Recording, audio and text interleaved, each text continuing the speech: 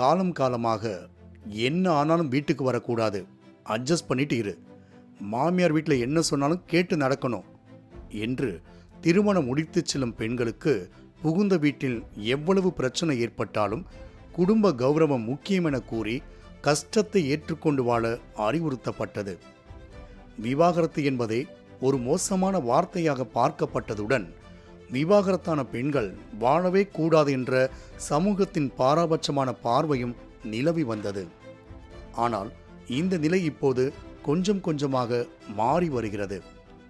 பொறுமைக்கும் ஓர் எல்லை உண்டு என்பதை புரிந்து கொண்டு சிக்கலான தீர்க்க முடியாத பிரச்சனைகள் கொண்ட திருமண வாழ்வினில் கடைசி வரை சகித்து கொண்டிருக்க முடியாது என பெண்கள் தைரியமாக விவாகரத்து செய்ய முன்வருகின்றனர். விவாகரத்து செய்த பெண்கள் மீதான சமூகத்தின் பார்வையும் மாறி வருவதற்கு சான்றுதான் இந்த டிவோர்ஸ் கேம்ப். இந்த துணிச்சலான டிவோர்ஸ் கேம்பை நடத்தியவர் ராஃபியா அபி. கேரளாவில் உள்ள கோழிக்கோடு பகுதியை சேர்ந்த இவர் விவாகரத்து பெற்ற பெண்களுக்காக ஒரு பிரத்யேகமான குழுவை உருவாக்கி அவர்களுக்கு சுற்றுலா செல்லும் திட்டத்தை அறிவித்தார். கோழிக்கோடு மட்டுமின்றி கேரளாவை சுற்றியுள்ள பல பெண்களும் இதில் ஆர்வமுடன் கலந்து கொண்டனர். பொதுவாக ஆண்களின் நட்பு எவ்வளவு காலம் ஆனாலும் பிரியாது என்றும், ஆனால் பெண்களின் நட்புக்கு ஆயுள் பெரும்பாலும் குறைவுதான் என்றும் ஒரு கருத்து நிலவுகிறது. இருப்பினும் நீண்ட காலம் தொடரும் பெண்களின் நட்பு விலைமதிக்க முடியாதது. உளவியல் ரீதியாக பார்த்தால் பெண்களின் நட்பு அரிதாக இருந்தாலும் அது மிகவும் அழகானது. எவ்வளவு கடுமையாக பாதிக்கப்பட்டாலும் அதிலிருந்து மீள உதவும் சக்தி கொண்டது.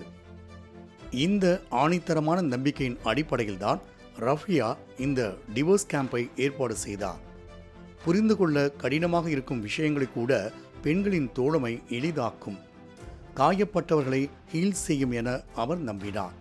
தனது இந்த திட்டத்தை இன்ஸ்டாகிராமில் அறிவித்தபோது கிடைத்த வரவேற்பே இந்த கேம்புகளின் வெற்றிக்கு அடித்தளமாக அமைந்தது.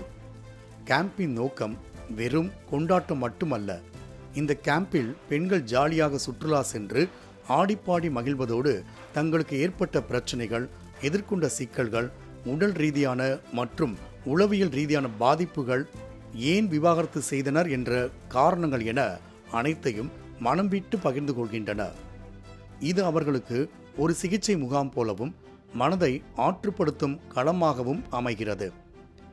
கேரளாவில் தொடங்கியிருக்கும் இந்த சமூக மாற்றம் மற்ற மாநிலங்களுக்கும் பரவி விவாகரத்து பெற்ற பெண்கள் மீதான சமூக பார்வையை முழுமையாக மாற்றியமைக்க உதவும் என நம்புவோம்.